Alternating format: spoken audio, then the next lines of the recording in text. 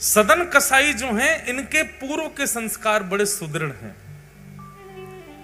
भले ही कसाई थे, लेकिन जब मांस तोलते थे ना तराजू पे, तो भी हरि चिंतन करते हुए तोलते थे। और सबको पता है, प्रसिद्ध है कि वो एक जगह बाट नहीं रखते थे, पत्थर रखते थे। उन पत्थरों में गलती से शालिग्राम भगवान थे, शालिग्राम भगवान से ही तोलते थे मांस को। एक दिन एक संत वहां से जा रहे थे और उनकी दृष्टि अचानक से वो तराजू पर पड़ गई। बहुत ध्यान से सुनिए सब लोग, बहुत सुंदर कथा है सदन कसाई की। तराजू में पड़े भाई जब शालिग्राम जी दिखे, नाक पे ऐसे कपड़ा रख के निकल रहे थे, और एक बार तो निकले, फिर उन्होंने सोचा ये शालिग्राम जी तो नहीं है।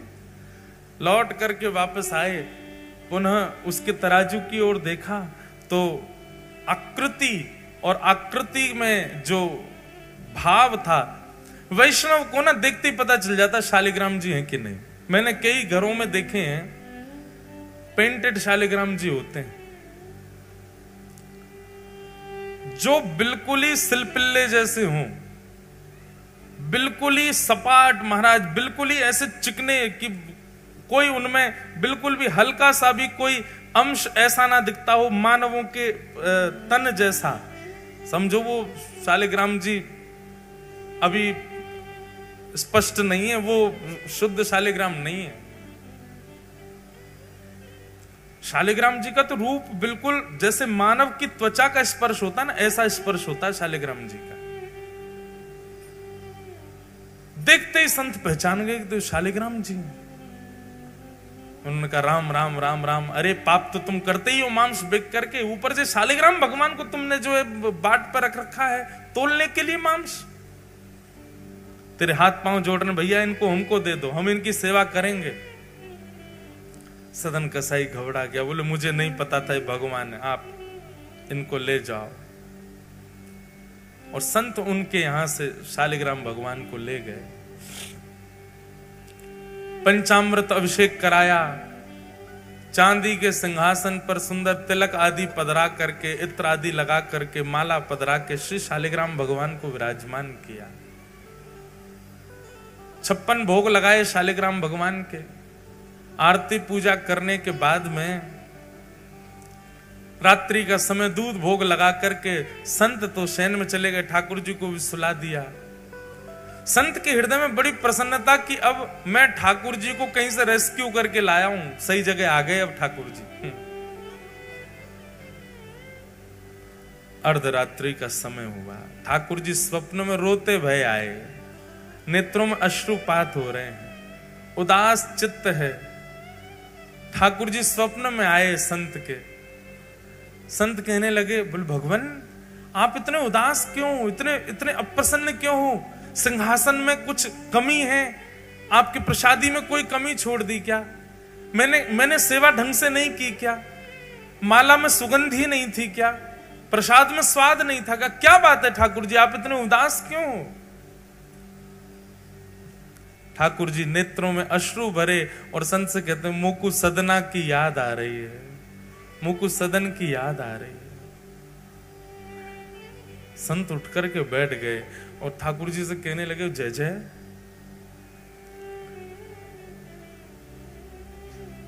उस कसाई की याद आ रही है आपको?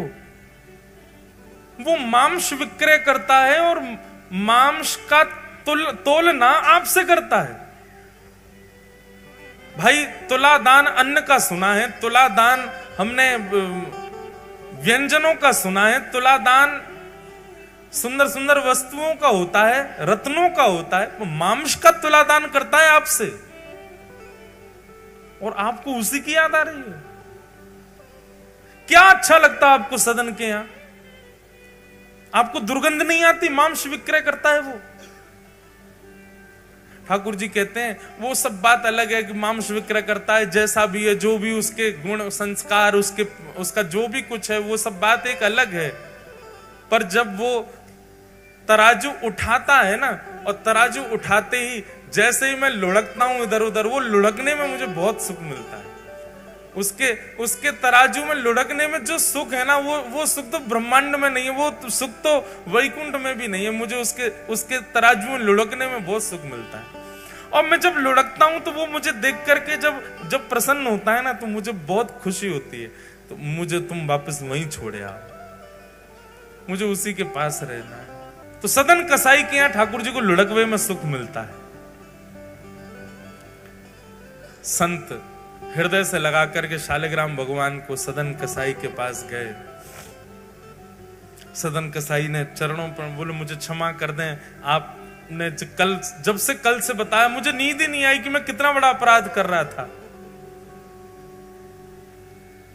संत ने जाकर के कहा, सदन तुम कितने भाग्यशाली हो। बोले क्यों? पूरी बात बताई मैंने। तो ऐसे सेवा करके ठाकुर जी को बढ़िया व्यवस्थित किया। रात्रि में स्वप्न में ठाकुर जी आए और ठाकुर जी के प्रेमाश्रु छलक रहे थे। और ठाकुर जी कह रहे थे, मुझे तो सदना की याद आ रही है, मुझे तो उसी के पास रहना है। ये बात सुनकर के इतना रोए सदन कसाई, इतना रोए। बोले मैं तुच्छ प्राणी, मैं पापी प्राणी, मैं अभागा व्यक्ति, मैं अयोग्य व्यक्ति, मैंने अपने जीवन में कुछ अच्छा नहीं किया। मेरे लिए ठाकुर जी इतने श्रमित हुए, मेरे लिए ठाकुर जी आपकी निद्रा में आकर के रुदन करने लगे।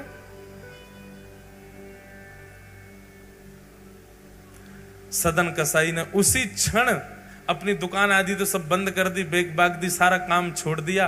बोले कि अब शेष जीवन जिस प्रकार ठाकुर जी मेरे लिए विरह आतुर हुए, अब मैं ठाकुर जी के लिए विरह आतुर हूंगा। ठाकुर जी को मेरे लिए विरह सहना पड़ा और विरह में अपना जीवन व्यतीत करने लगे सदन कसाई। कथाएं सुनते, नित्य श्रवण करते, कहां है नाथ, कैसे है नाथ, बस उसी विरह में रहते।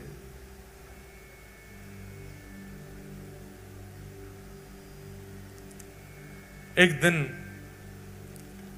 जिस गांव में सदन कसाई रहते थे, उस गांव की कुछ टोलियां जा रही थीं, जय जगन्नाथ घोष कर रहे थे। सदन कसाई ने पूछा, आप सब कहां जा रहे हो? बोले महाप्रभु श्री जगन्नाथ जी विराज रहे हैं उड़ीसा में, उनके दर्शन करने के लिए जा रहे हैं। सदन कसाई ने कहा, आपकी आज्ञा हो तो मैं भी चल दूं साथ में। सब जन बोले अब दो चारों ने तो हाँ किया, बाकी सब उसको हीन भाव से देखने लगे। ये तो कसाई है, ये तो ऐसा है, ये हमारे संग चलेगा, इसका स्पर्श होगा, पानी छू देगा, अन्न छू देगा, हम कैसे पाएंगे? उन सबके बीच में होने वाले उस प्रतिकार को सदन कसाई ने बुरा नहीं माना, बल्कि अच्छा माना। एक बात हमारी बहुत ध्यान से सुनना बंधुओं, कभी यदि वैष्णव भक्त को जीवन में प्रतिकार सहना पड़े, कभी वैष्णव भक्त को अपने जीवन में किसी से अपमान सहना पड़े, तो उस अपमान को, उस प्रतिकार को आप ठाकुर जी का आशीर्वाद ही समझो। ये बात हम कह रहे हैं, मंच से आप सुन रहे हो, पर इसको फॉलो कोई नहीं करेगा। प्रतिकार होते ही आप सबको क्रोध आ जाएगा, एक बार को हमें भी आ सकता है, पर हम मंच से कह रहे हैं, हमको भी प्रयास करना चाहिए, आपको भी प्रयास करना चाहिए। वैष्णव भक्त को प्रतिकार यदि होता है तो प्रतिकार का रूप क्या होता है, ध्यान से सुनना। हम सबके जीवन में जब से भजन आता है, जब से ठाकुर जी आ जाते हैं, जीवन एक पवित्र जैसा हो जाता है, जीवन में योग्यताएं आ जाती हैं। पर हमारे जीवन में, हमारे चित्त में, हमारे प्रारब्ध में कहीं ना कहीं हमारे दोष विद्यमान होते हैं, जो दोष हमारे भजन करने से भी नष्ट नहीं हो रहे। जैसे कईयों का क्रोध नष्ट नहीं हो रहा, कईयों का भजन करने के बाद भी मोह नष्ट नहीं हो रहा, कईयों का भजन करने के बाद भी लोभ नष्ट नहीं हो रहा। व्यक्ति यदि भजन के मार्ग में है और उसका कोई दोष नष्ट नहीं हो रहा, और उस समय कोई भजनानंदी या कोई वैष्णव या कोई धाम निवासी उसका प्रतिकार कर दे, उस प्रतिकार में इतनी सामर्थ्य है कि आपका दोष नष्ट हो जाएगा, अगर आपने उसको सह लिया तो। दो बातें हैं, सह लिया तो आपका दोष नष्ट हो जाएगा, और नहीं सहा तो वो दोष और प्रगाढ़ हो जाएगा। या हमारे भैया वृंदावन में यदि कोई आपको दारी को कह दे तो खुश है जाएंगे, अब हमारा दोष नष्ट हो जाएगा। वृंदावन में कोई धक्का दे दे, जगन्नाथपुरी में कोई आपको कोहनी मार दे, कोई आपको गारी दे दे, धाम निवासी या भजनानंदी, तो अब समझ जाइयो कि आपका जो दोष अति भजन से नष्ट नहीं हुआ, वो इसके प्रतिकार से नष्ट हो जाएगा। बस उसको सह लेना। सम्मानम कलयाति घोर गरलम नीचपमानम क्षुधा, श्री राधा मुरली रवो ब्रज सखे वृंदावनम मत्यज। सम्मान की इच्छा भक्त को नहीं होनी चाहिए, और कोई अपमान कर दे तो उसको सिर पर धारण कर लो, उसको स्वीकार कर लो। बस प्रतिकार में विचलित मत हो। हमको राधा रमन जी गए, हम राधा वल्लभ जी गए, वहां के पुजारी जी ने हमको डांट दिया, वहां के लोगों ने हमारे साथ ऐसा व्यवहार कर दिया, बिहारी जी में महाराज जी अच्छा नहीं लगता, बिहारी जी में ऐसा कर दिया। क्यों आप इतनी शिकायत करते हो वृंदावन की या किसी भी धाम की? कभी शिकायत मत करो। उस प्रतिकार को आप चिकित्सा मान करके सहन करो। चिकित्सा में कभी भी आपके सुख का विचार नहीं होता, आपको कष्ट ही दिया जाता है। इंजेक्शन लगने में कभी ऐसा अनुभव होता है कि नहीं नहीं ये तो बहुत अच्छा लग रहा है, ऐसा लग रहा है मखमली गद्दा छुपाया जा रहा हो? नहीं, आपको श्रम होगा ही। श्रम होता है, चिकित्सा तभी होती है। इसीलिए प्रतिकार को आप चिकित्सा मानो। सदन कसाई ने मन में विचार किया कि ये सब मेरा प्रतिकार कर रहे हैं, सब मेरी निंदा कर रहे हैं, इससे मेरे दोष ही नष्ट होंगे। मैं जगन्नाथ जी के पास जाने लायक नहीं हूं, पर ये मेरा अपमान करके मेरे दोषों को नष्ट कर रहे हैं ताकि मैं उनके योग्य बन जाऊं। ऐसी भावना। पूरी मंडली सब जा रही थी जगन्नाथ जी की जय जयकार करते हुए। अब जिस मार्ग पर सब वैष्णव चल रहे थे, सदन कसाई उस मार्ग को छोड़ के मार्ग से नीचे जहां पर कीट कंकड़ पत्थर और कांटे पड़े हैं वहां चल रहे हैं। बोले मैं इतना योग्य थोड़ी इनके पीछे चलूं। अपना मार्ग बदल करके चलने लगे, और ज्यों ज्यों जगन्नाथ जी के समीप जा रहे हैं त्यों त्यों आनंद में भरते जा रहे हैं, त्यों त्यों नेत्रों से आंसू निकल रहे हैं। कैसे होंगे जगन्नाथ जी? मैंने सुना है उनकी भुजाएं नहीं है, मैंने सुना है उनके चरण कमल का दर्शन नहीं, मैंने सुना बड़ी बड़ी आंखें हैं, कैसा अधरामृत है, कैसा सुंदर मुखमंडल है। सबका विचार चिंतन करते हुए श्री सदन कसाई जी जा रहे हैं। सदन कसाई एक नगर में पहुंचे और उस नगर में रात्रि विश्राम करने के लिए एक घर के बाहर ही दरी बिछा करके लेट गए। बहुत ध्यानपूर्वक सुनना। उस घर के भीतर एक परम सुंदरी महिला रहती थी, और सदन कसाई का रूप भी बहुत सुंदर था। ठाकुर जी परीक्षा ले रहे हैं। पहले प्रतिकार करवाया, अब परीक्षा ले रहे हैं। इतनी रुकावटें किसी को अगर धाम जाने में नहीं आती हैं तो समझ जाओ कि ठाकुर जी ने बुलाया हो नहीं है, जबरदस्ती जा रहे हो। ठाकुर जी बुलावेंगे तो उथल पुथल होती ही रहेगी। सदन कसाई लेटे हैं, और तभी अटारी से उस महिला ने सदन कसाई को देखा। उनका सौंदर्य देख करके महाराज आकर्षित हो गए। उसने सदन कसाई की ओर कुछ इशारा किया, और सदन कसाई ने देख करके, सदन जी ने देख करके एक बार तो उसको अनदेखा किया, दूसरी बार देखा तो उसने फिर कोई इशारा किया। तो सदन जी ने ऐसा कुछ इशारा किया कि उस कन्या को, उस महिला को यह लगा कि ये मुझे कह रहा है कि तू विवाहिता है, पहले अपने पति को मार, तब मैं रहूंगा तेरे साथ। उस मन चली महिला ने तुरंत गई और जाकर के अपने पति का वध कर दिया, मार दिया।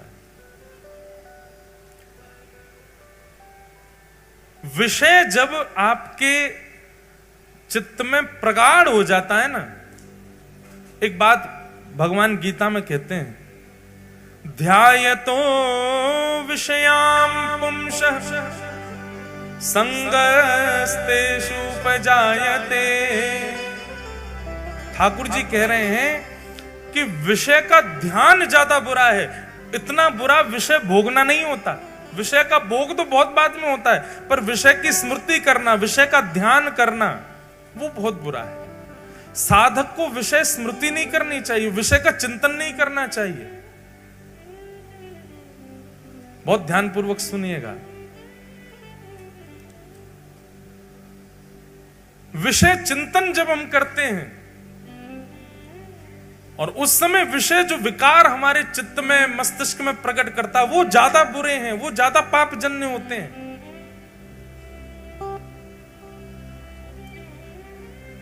महिला के चित्त में वो विषय उत्पन्न हुआ, उसने अपने पति का वध कर दिया और वध करके बाहर आई और सदन कसाई से कहने लगी, तुम्हारी आज्ञा मान करके मैंने अपने पति को मार दिया। सब लोग इधर देखो, सावधानी से कथा श्रवण करो। महिला गई और सदन कसाई से बोली, तुम्हारे कहने पे मैंने अपने पति को मार दिया, अब तुम मेरे साथ रहो। सदन कसाई बोले मैंने तुमसे कब कहा कि अपना पति मार दो? अच्छा, तुमने मुझे इशारा नहीं किया था? तुम्हारे लिए मैंने अपने पातिव्रत धर्म को तोड़ दिया, अपने पति को मार दिया। मैंने इसलिए मारा क्योंकि तुम संग रहोगे, तुम मुझसे विवाह करोगे और तुमको मेरे संग रहना ही पड़ेगा, और तुम नहीं रहे तो पूरे नगर में हल्ला मचा दूंगी कि तुमने जानबूझ करके मेरे पति की हत्या करवा दी और फिर मेरा त्याग कर दिया। सदन जी तो मंद मंद मुस्काने लगे, बोले ठाकुर जी, प्रतिकार सहन करने के लिए मैंने स्वीकार किया था कि मैं प्रतिकार सहन करूंगा, पर मुझे नहीं पता था कि आप इतना बड़ा प्रतिकार करवा दोगे। ठाकुर जी बहुत खेलते हैं बंधु। एक बात हमको याद आती है हमारे पंडित श्री गया प्रसाद जी महाराज की। हमारे भैया आए हैं गिरिराज जी से, कल आप कह रहे थे कि पंडित जी महाराज के उत्सव में भैया जी एक बार गिरिराज जी में कुछ प्रसंग रखो। हमारे प्रथम श्रोता हैं पंडित श्री गया प्रसाद जी महाराज, सबरी कथा सुनते हैं सामने बैठ के। आपकी गोद में ठाकुर जी खेलते थे, साक्षात श्याम सुंदर और किशोरी जी प्रकट होकर लीला करते थे। पंडित जी महाराज की एक बात बहुत ध्यान से सुनना। पंडित जी से किसी ने कही, बोले बाबा जीवन में बहुत कष्ट आ गए, ठाकुर जी कष्टों पे कष्ट दिए जा रहे हैं, क्या करें? परिवार विपरीत हो गया, कार्य विपरीत हो गया, समाज विपरीत हो गया, ठाकुर जी ने इतने कष्ट दे दिए, अब क्या करें बाबा? तो पंडित जी महाराज प्रसन्न मुद्रा में उत्तर देते, भैया जे कन्हैया है ना, जाके खेलवे की बड़ी आदत है, जे हमारे संग खेलो करे। ब्रजभाषा ही बोलते थे शुद्ध, जे हमारे संग खेलो करे, जे कष्ट ना है, जे कन्हैया खेल लो है हमारे संग में। लाला चिंता या बात की मत करे कि जीवन में कष्ट क्यों आ रहे हैं। भले ठाकुर जी तो यूं कह दे, अरे लाला तू कुछ जितनो खेलना हो तो उतनो खेल ले, हमें कोई चिंता नहीं, पर हमको एक वचन दे। बोले कहा, खिलौना में ही रहना चाहिए, खिलौना नहीं बदलियो लाला कभी, खिलौना सदा मुंह को ही रखियो। लाला कहीं तेने खिलौना बदल लियो और मुंह को किनारे पटक दियो। अच्छा देखो, बालक जिस खिलौने से खेलता रहता है वो ही खिलौना बार बार टूटता है, और जिस खिलौने का त्याग करता है वो सुरक्षित खड़ा ही रहता है कोने में। जो समझो पूर्व सुरक्षित है, बिल्कुल बढ़िया है, कोई जीवन में तुम समझिए कोने धरो भयो खिलौना है। रोज रुदन होता है, रोज परेशानी होती है, रोज विपत्ति आती है, रोज थक जाते हो, रोज ठाकुर जी के आगे कहते हो क्यों ऐसा, तो समझ जाओ तुम प्रिय खिलौना हो, ठाकुर जी रोज खेल रहे हैं आपके साथ, रोज खिला रहे हैं। आज ही श्री जगन्नाथ जी से प्रार्थना करो, हे जगन्नाथ प्रभु, आप कितना भी खेल खेलो पर वचन दे के खेलो कि खिलौना मैं ही रहूंगा, खिलौना नहीं बदलना चाहिए। पंडित जी महाराज की वाणी, पंडित श्री गया प्रसाद जी महाराज। तो वही बात आ गई, सदन कसाई बोले जय जय खेल रहे हो, पहले प्रतिकार करवाया अब अपमान करवा, ठीक है आप खेल लो लेकिन वचन दो मेरे संग ही खेलना और किसी के संग नहीं। लेकिन सदन कसाई ने उस कन्या को स्वीकार नहीं किया, बोले तुम जो अपराध देना चाहो, जो दंड देना चाहो मुझे स्वीकार, पर तुम्हारे साथ नहीं रहूंगा मैं। कन्या ने हल्ला मचा दिया, पूरे नगर इकट्ठा हो गया, सब पकड़ करके सदन जी को राजा के पास ले गए और राजा से जाके कहा कि इसने इनके पति का वध कर दिया, ये कह के कि मैं संग में रहूंगा, और अब इस कन्या का भी त्याग कर दिया। राजा ने सदन कसाई से कहा क्यों भाई तुमने ऐसा किया? सदन जी हंसने लगे, बोले कि मैं क्या कहूं, क्योंकि मेरे पक्ष को मैं रखूं उसके लिए सबूत इकट्ठे करने पड़ेंगे और इतना मुझ पर समय नहीं है। आपको जो दंड देना है वो दंड दे दीजिए, पर बस एक चीज मेरी मानना, मृत्यु दंड मत देना। कागा सब तन खाइयो, मेरो चुन चुन खाइयो मांस, दोने नामत खाइयो, मोहे पिया मिलन की आस। सदन कसाई रोने लगे, आपको जो दंड देना है मुझे स्वीकार है, पर मुझे मारिएगा नहीं। मुझे मृत्यु का भय इसलिए नहीं कह रहा, मैं अपने नाथ से मिलने जा रहा हूं, एक बार उनको देख तो लूं। कहीं उनको देखे बगैर मेरे प्राण निकल गए तो फिर मैं कैसे जीवित रहूंगा। और मृत्यु दंड भी अगर देना हो तो मैं दर्शन करके लौट आऊं तब दे देना। राजा बोला, तुम्हारी बात मानेंगे, तुमको मारेंगे नहीं, लेकिन दंड तुमको छोटा मोटा नहीं देंगे। बोले क्या करना है? बोले इनके हाथ काट दो दोनों। सदन कसाई को जैसे ही पता चला हाथ काटने, वो तो नाचने लगे। राजा बोला, तुम नाच क्यों रहे हो? बोले मैं जिनसे मिलने जा रहा हूं उनके भी हाथ नहीं है। अच्छा है, मेरे भी काट दो। मैं तो सोच ही रहा था कि मैं उनके समान कैसे बनूं। आपने बढ़िया, जल्दी हाथ काटो। खुशी खुशी सदन कसाई ने अपनी भुजा कटवा ली और भुजा कटवा करके बोले, नाथ अब मुझे विश्वास है कि आप मुझे बुला रहे हो, क्योंकि आपने अपने जैसा रूप प्रदान कर दिया आप मुझे। हाथों से रक्त बह रहा है, कोई चिकित्सा नहीं हुई है, और सदन कसाई चल पड़े जगन्नाथ की ओर। रोते जा रहे हैं, बिलखते जा रहे हैं, गिर जाते हैं, चलते चलते इतनी कमजोरी आ गई है कि महाराज स्थिति वर्णन नहीं की जा सकती सदन कसाई की। जैसे ही नीलाचल धाम में प्रवेश करने लगे, सब वैष्णव जन चलते चलते अब दौड़ने लगे। बोले आ गया नीलाचल धाम, आ गया जगन्नाथपुरी धाम। देखो नीलाचल पर्वत पर कैसा सुंदर सुशोभित भगवान श्री जगन्नाथ जी का मंदिर। दूर से ही जगन्नाथ जी का मंदिर दिखने लग जाता है।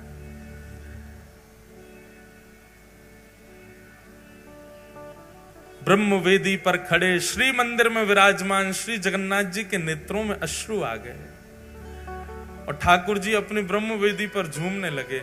और झूमते झूमते पुजारियों ने जाके कहा, जय जय, कहा बात है, आप इतने भावुक लग रहे हैं और ऐसे झूम रहे हैं, क्या बात है? बोले कि मेरा एक भक्त आया है, मुझसे मिलने के लिए आया, मेरे जैसा स्वरूप धारण करके आ रहा है, उससे मिलने की इच्छा में मैं बहुत प्रसन्न हो रहा हूं। तुम देरी मत करो, जल्दी पालकी लेकर के जाओ और पालकी ले जा करके उसको लेकर के आओ। अब पुजारियों को भी इतनी जल्दी मची कि ये पूछ के ही नहीं गए कि उसका नाम क्या है, उसका स्वरूप कैसा, पालकी लेके भाग गए। अब जहां से सब वैष्णव आ रहे थे वहां पालकी लेके खड़े हो गए। भैया जगन्नाथ जी ने पालकी भेजी है, जिस भक्त के लिए कोई भक्त आया है, वो जिस भक्त को जगन्नाथ जी ने बुलाया वो इस पर बैठ जाओ। वहां तो भीड़ लग गई पालकी पर चढ़ने वालों की। सब बोले हम सब आए हैं दर्शन करने।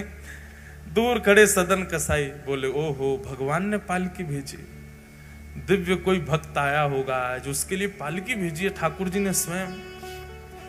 और वहां तो पालकी पर चढ़ने वालों की भीड़, सब एक दूसरे को फेंके पीछे, हम चढ़ेंगे, हम ज्यादा बड़े भक्त हैं, हम इतनी दूर से चढ़ के आए। जगन्नाथ जी ने किसी ने कहा मुझे स्वप्न दिया था, किसी ने कहा मुझे ये किया था, सब में होड़ लगी चढ़ने की।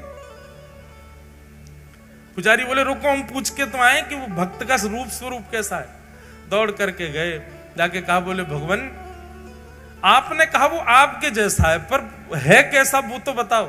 ठाकुर जी बोले जैसे मेरी भुजा नहीं है उसकी भी भुजा नहीं होंगी, उसको लेके आओ। तब दौड़ करके गए, हाँ भैया तुम में से भुजा जिसकी नहीं है उसके लिए पालकी आई है। अब सब कहें भुजा तो है भैया हमारे। तभी दूर पड़े थे कोने में, वो तो मार्ग पे चल भी नहीं रहे थे, नीचे उतर के चल रहे थे। नीचे पड़े सदन कसाई के दोनों भुजा नहीं। पुजारी गए, जाकर के सदन कसाई बोले तुम्हारे लिए पालकी भेजी है ठाकुर जी ने, क्योंकि ठाकुर जी ने संकेत किया मेरे जैसी भुजा है। सदन कसाई तो इतना रोए, बोले कितने भक्त वत्सल, कितने दयालु, कितने कृपालु श्री जगन्नाथ। पालकी पर पहले तो चढ़े नहीं, जबरदस्ती जब चढ़ाया रोने लगे। और जैसे श्री मंदिर के सामने जाकर के पालकी से उतारा गया, सिंह द्वार में जैसे प्रवेश करने लगे, पतित पावन भगवान का जैसे दर्शन किया, सदन कसाई वहीं लेट गए। और जैसे ही लेटे, हाँ नाथ हाँ नाथ हाँ नाथ कहने लगे। जैसे ही लेट करके अपनी कटी हुई भुजाओं से दंडवत के लिए हाथ ऊपर किए, दोनों भुजाएं प्रकट हो गईं और सदन कसाई अपने पूर्व रूप में वापस आ गए। बोलो जगन्नाथ महाप्रभु की। पुजारी बोले भैया इसको तो कंधा पे उठा के ले चलो, जैसे जगन्नाथ जी को ले जाते, वैसे ही जगन्नाथ जी की तरह उठा करके ऊपर ले गए। और ले जा करके जैसे ही श्री मंदिर में प्रवेश किया, ठाकुर जी ब्रह्म वेदी पर खड़े खड़े सदन कसाई को देख करके झूमने लगे, आनंद में भर गए। और मानो पुजारियों से कहने लगे लेके आओ, मेरे हृदय से लगाओ। और श्री जगन्नाथ जी ने मानो उसको हृदय। बंधुओं, जगन्नाथ जी एक ही भाव जानते हैं। बाह पसार के खड़े कि मैं सबको गले लगावे खड़ो, कोई लगावे वारो आवे तो सही, कोई वाह भाव से आवे तो सही। श्री ठाकुर जी सबको गले लगाने को खड़े। ऐसे महाप्रभु श्री जगन्नाथ जी सदन कसाई पर कृपा की। अनेक भक्तों के चरित्र हैं, अनेक भक्तों के भाव हैं जिन पर महाप्रभु श्री जगन्नाथ जी कृपा करते हैं। ऐसे जगन्नाथ महाप्रभु के श्री चरणों में हम बारंबार प्रणाम करते हैं। जगन्नाथ जगन्नाथ जगन्नाथ रक्षमा, महाबाहो महाबाहो महाबाहो पाहि मां।